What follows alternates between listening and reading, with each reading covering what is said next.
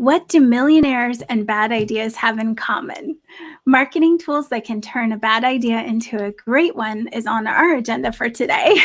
But before we dive into that, I just want to ask if you guys are if these are questions you ask yourself right now. Does my idea have potential? Could it be $1 million idea? If those questions are running through your mind, you're going to get a kick out of today's show.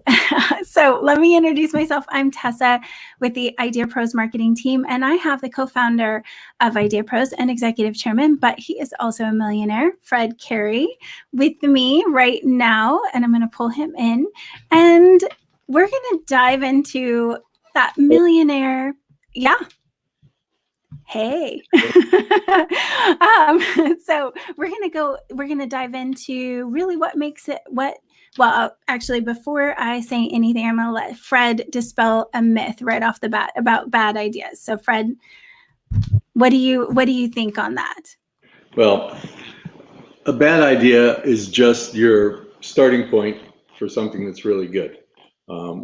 Ultimately, there is no bad idea if you're starting on the right track.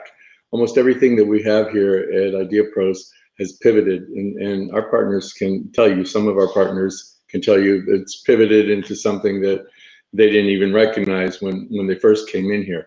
So there is a lot of data out there that shows the difference between an entrepreneur and somebody who's just coming up with an idea. Is the idea person will kind of just linger. This is my idea, I want to stick with it. I'm not leaving the four walls of what this idea represents. And an entrepreneur will have an idea that inspires him or her to do something and to go somewhere, but then they'll do something that is different. They'll research, they'll learn about their environment, the competitiveness of it, what the consumers are looking for that they're not getting. There's a book that addresses that very same subject, and Tessa, are you going to pull up a page from it for me? Can we get the URL of this book? Yes. Over on the screen? Frankly, I don't even know if it's that good of a book, but it really does talk about the fact that as an entrepreneur, you have the power of your ideas, but then you have your imagination. And if you can look through it, it's basically saying that, you know, there's no such thing as an average idea or as a bad idea. That once it stretches your mind, it's never going to go back to its original position. You can be certain that some of the greatest inventors in history started out with things that at first blush were impractical, but they didn't stop there. They both on a technological side and research of the consumer demands or needs, or if it's a business idea, what other businesses really want. And you find that and you maneuver and you change. You know, we have some of our partners come from a very rigid environment as far as protocol is concerned on how something goes from A to Z. And those are established businesses. In this entrepreneurial space, it's a free-for-all. It's a roller coaster. You never know what direction you're going to go into next. You know where you're going to start, and you know where you want to end. You want to start at the beginning with this idea, this bad idea, and you want to end with a great idea and a great product, a great app, and the ability to try to capture a whole lot of market share. And the journey from here to there can be a straight one, but it's a lot more likely to be very curved, and sometimes you're going backward, sometimes you're leaping forward, but it's never something that you can do without a seatbelt on, for sure. I love that. Without your seatbelt, definitely put your seatbelt on for this process. Well, so Fred, if we're obviously there's a lot that we can research ahead of time to make sure, well, that we've got a good idea, right? So do you have some tools and tips that you could give us as far as how to make sure that we are, but you know, I'll be honest, some people don't even want to submit an idea to us unless they feel like they've got validation back that it's a good idea. So yeah, do you want to dive into that? Yeah, and obviously this is true whether you're working with IdeaPros or you're on your own or you have a group of partners. The likelihood that you're going to wake up in the morning and have something that's completely polished and ready to go is almost zero.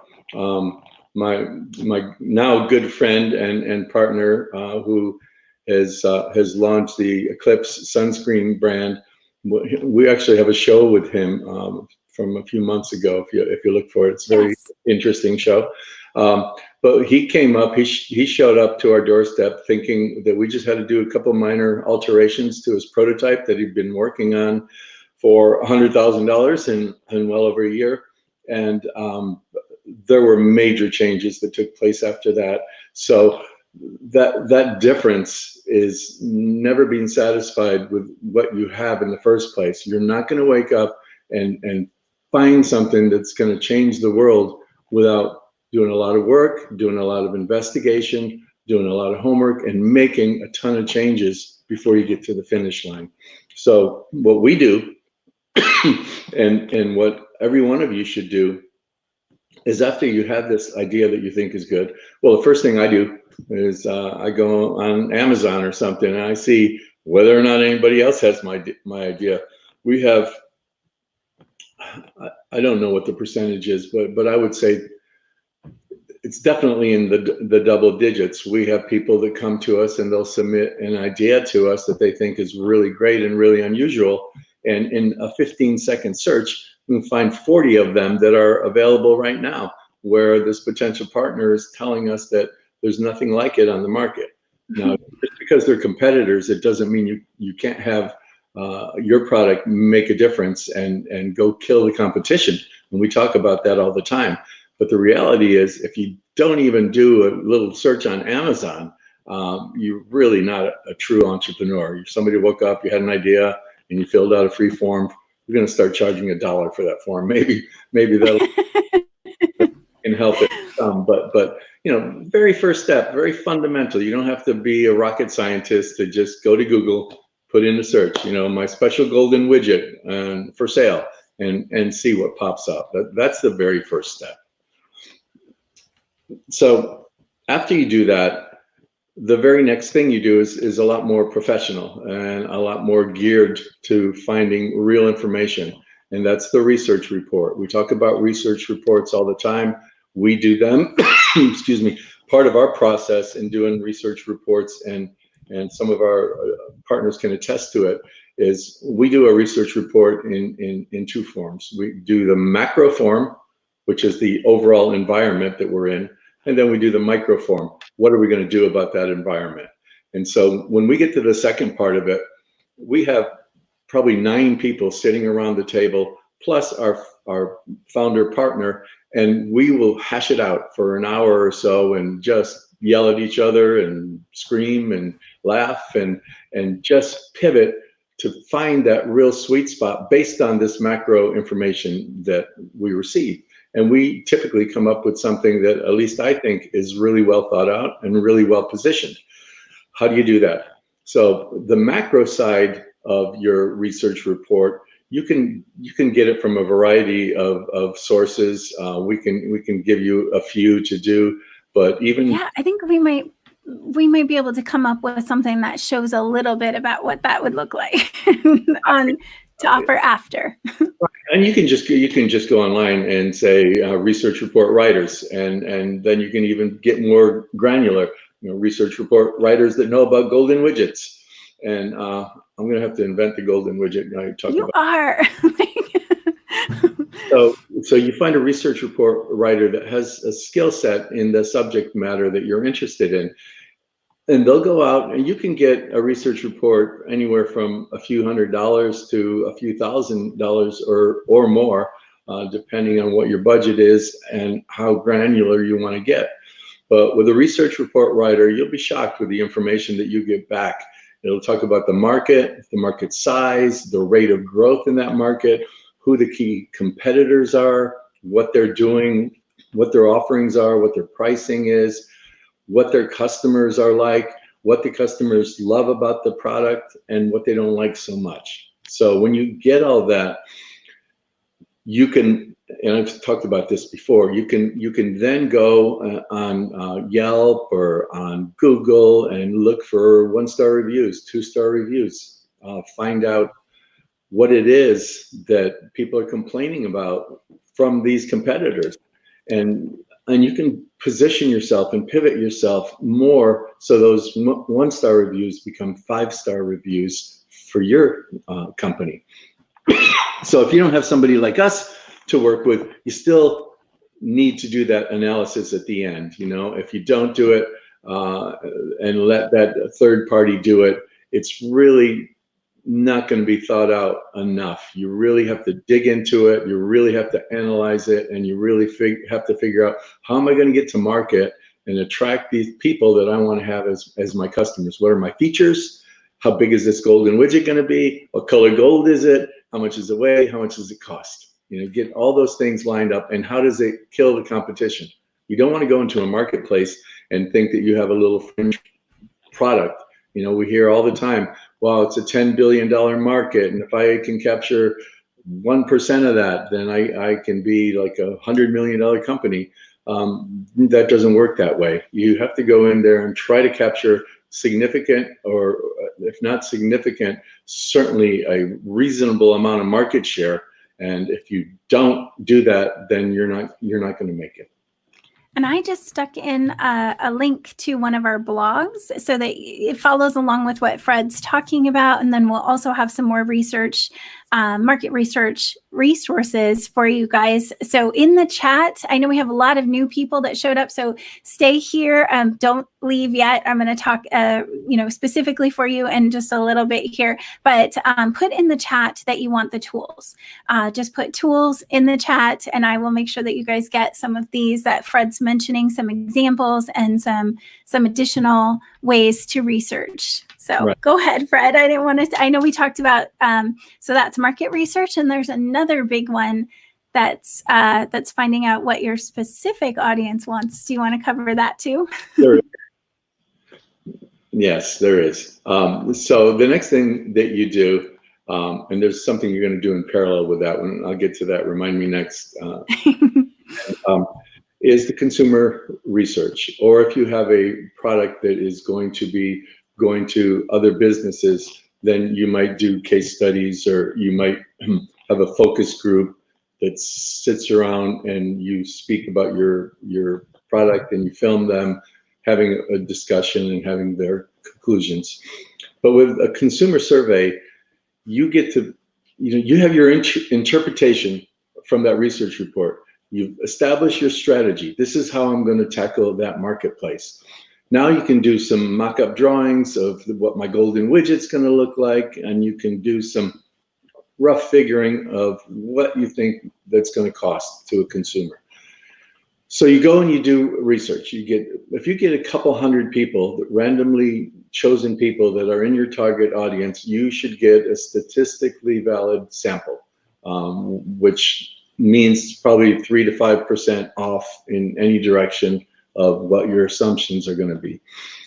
But you ask them all about the product. Here it is. Here's a price range, $5 to $50. What would you be willing to pay for a golden widget like this that would change your life? And people hit the scale.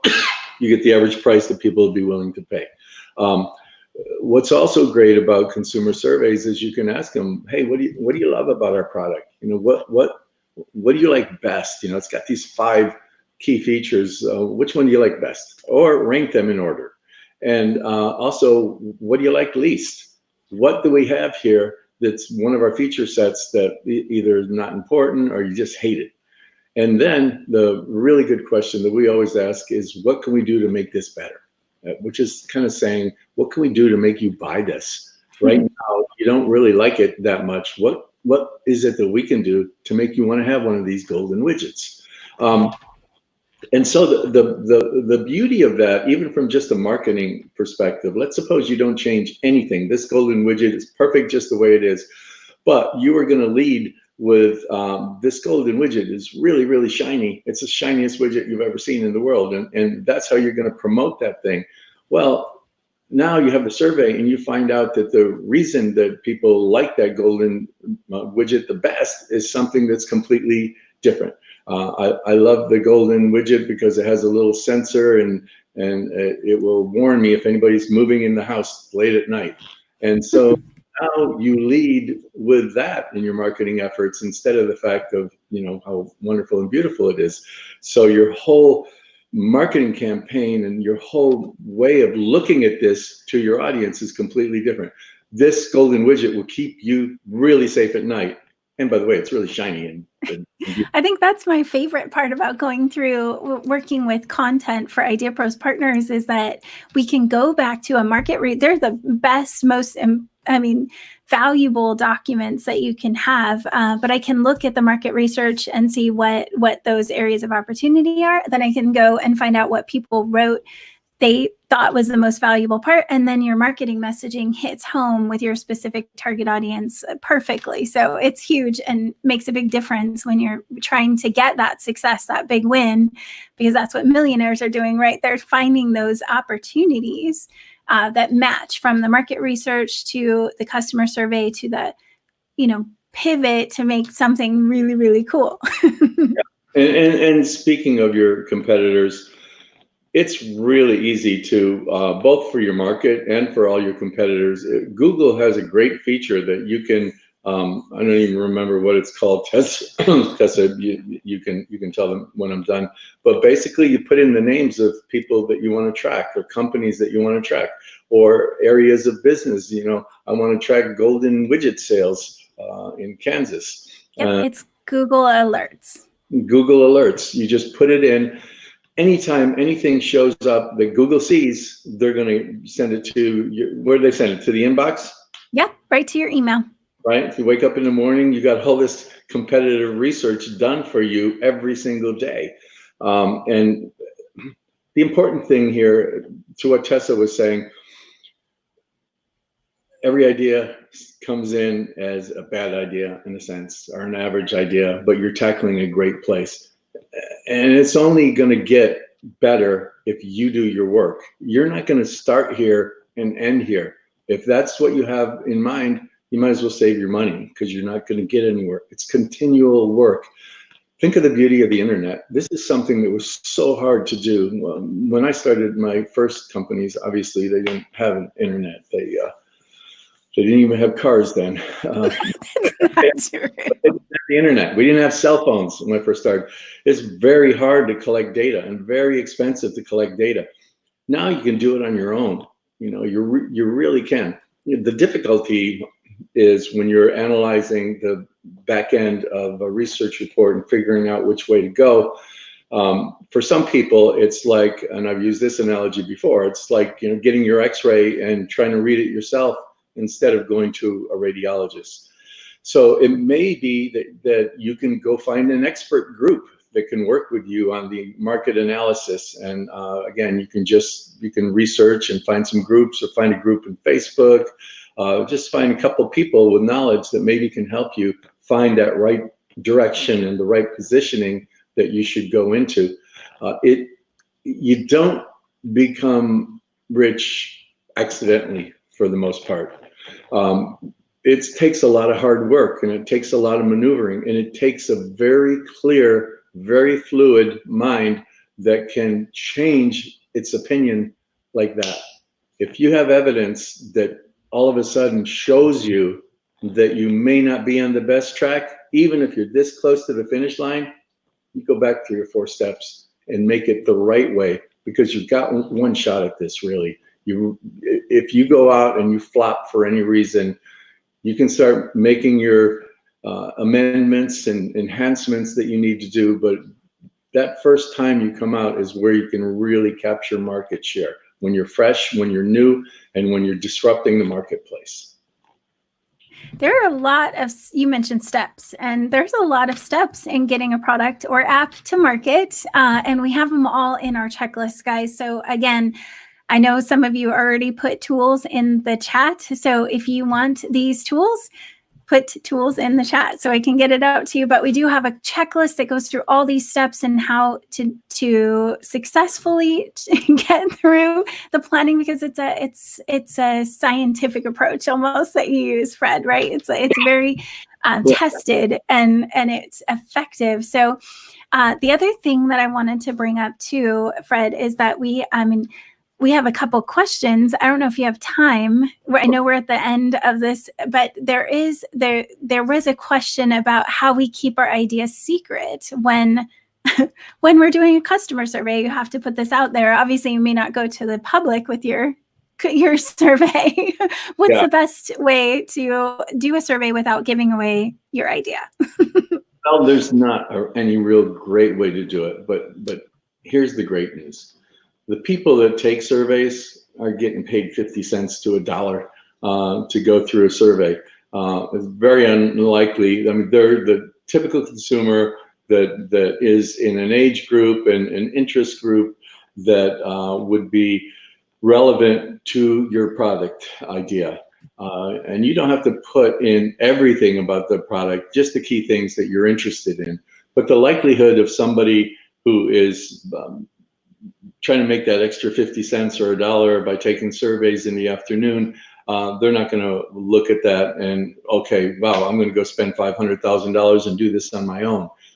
It's not a very likely situation. Plus, they're all randomly chosen from all over the United States. You can do surveys with Google. There's a Google form. Google Forms. Mm-hmm. Surveys with, and there's other paid surveys that cost more than that. But they're all randomly chosen. They don't communicate together. Every major product that you see out there today has gone through this process. It's not something that you really need to worry about. As long as you're not going to give these ideas out and then wait 7 years to do anything about it. But even then, it's very, very, very unlikely. Great. Well, I'm glad you got to throw that one in there, because it came up. It's something that was made me curious too. If they sign an NDA ever, or if it's pretty informal. So good to know. Well, I think that I know we're right at the end of our time. So Fred, did you want to leave us with a final thought, or is there anything else that we have so many pieces of information that you wanted to possibly show? So is there anything else you want me to show on the screen for everyone? Yeah, there is. I don't know if it's on a screen or a link or what. We have a couple of links. One about some guy with his worst ideas ever that ended up making millions of dollars. Yes. Right. And another link of companies that were right there, cutting edge, doing exactly what the marketplace needed and completely failed. So the opposite end of your beginning process is understanding your market before you launch, right? And that can be a year, 2 years, 4 or 5 years for most people. So what you learn in the beginning may not necessarily be true when you get to the end. So there's this continual dialogue with you in the marketplace. And if that dialogue doesn't happen, you can be going this way and the marketplace can be going that way, or they can just stand still. You have a couple of companies, was it Webvan? Yes, so we have a couple. Yes. Webvan was great. It's what everybody's doing right now, right? We're getting our groceries delivered to our house. These guys were doing it more than 10 years ago. And nobody was ready for it. Nobody understood it. Nobody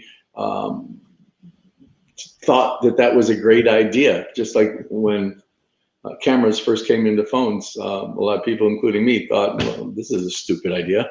In time, it turned out to be a great idea. Well, in time, after this company lost hundreds of millions of dollars, it became a good idea. So it's not only going to the right place with the right tools for the right market, but it's also market timing. You got to do it at the right time too. That's a whole nother show. Yep. I'm just going to put this up because there were quite a few startup ideas that failed because they didn't choose to listen to the audience or pivot when they needed to. TV. Who would watch television on the internet? Everybody now, right? So it's so again, you have to be in touch with your market, Don't think about whether you think it's a good idea, because you don't matter. You're not going to buy it. You already have it. You're not going to buy 10 golden widgets unless you're going to give them out to your friends, and those will be the only golden widgets that ever get sold. You got to think about that audience out there. What do they want? What do they buy? You know, sometimes you see ideas that you think are just insane, like the pet rock, for example. Seriously? And that guy is multi-millionaire from that dumbass idea. So why did that work? Because he found an audience that wanted it. I'm sure he doesn't have pet rocks sitting around his house all over the place, but he found this really quirky thing that consumers fell in love with, and he sold them by the millions. So think of your audience. Don't think of yourself. You are not a genius unless you're really dumb, and count on them, right? Thinks they know all the answers, typically don't know any of the answers. So be fluid, be flexible, be chaotic. You know, I tell people that creating an idea and getting to market is like watching sausage being made. You know, it's a pretty ugly process, but if you do it right, that's some sweet sausage at the other end. So let's go make sweet sausage together. Do your homework, do it right, and I'll see you at the other end. I love it. Well, thank you, Fred. I'm just going to take a second to say, to recognize that we have a bunch of new people in here today, and a lot. Hi, new people. So we are here every Friday at noon Pacific time. And I just want to say, Andrea, thank you. I see your questions in the chat, and we'll follow up with you. I know you had a lot. So thank you so much, Aziza, Janine, welcome, because I know I haven't seen you on here before. James, Sean Reed, of course, Katie Thompson, Lindsay. We have a lot of people that come in all the time. Jared, Odin, thank you so much. Lee Richardson, appreciate you guys being here. And Mary, I mean, I can't even, you guys are so awesome. So before we go, I just want to, I know I have to just ask if you guys have done customer surveys yet. Just put it in the chat and say yes or no. I won't judge you, I promise. But I just want to see how many people have that are in our audience right now. And then I will. Our partner says. Well, that would be, I'm thinking that's a lot of the people, but we do, I mean, I would say at least a third of the people are brand new today. So thank you guys watching us over on YouTube as well. Please hit the subscribe button so you can get notices when we go live. And if you want any topics covered, please, please, please send it in our question and answer form. You can let us know what you want to hear more of and what your burning questions are as an entrepreneur. So that's in the description of this post. Thank you guys so much for being with us, and we will see you next week. Your idea is only as good as your customers think it is. Remember that. Absolutely. Thanks, Fred. Bye, everyone. Stay safe.